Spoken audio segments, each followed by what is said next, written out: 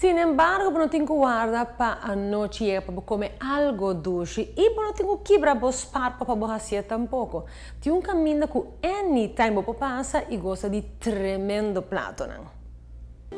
Un lugar acogedor com prato exquisito de seafood, tal qual botahaya na Red Fish, situado em Orange Plaza Mall, Sasaki. Red Fish está oferecendo prato de seafood.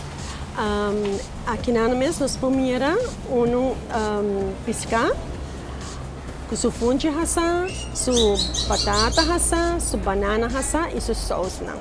E outra aqui está shrimp on the grill, também com su arroz, su coleslaw, su batata hasa e su banana hasa com su sauce. Nós temos pescar, camarão, lobster, calco, que eu vou pedir, e nós temos uma combinação de pesca com shrimps.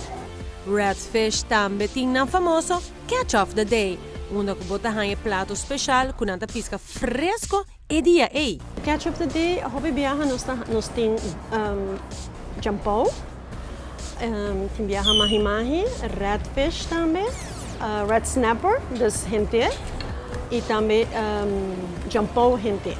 Nós estamos abrindo de 19h30 até 10 horas da noite, todo dia, except Mondays. Nós queremos invitar o povo em geral para se conosco e você mesmo por testar nos pratos. Passa e tem um momento agradável e desfrutar de um piano live que tem toda a noite. Red Fish Seafood Restaurant situado em Orange Plaza Mall. Llamanan livremente na 280-6666.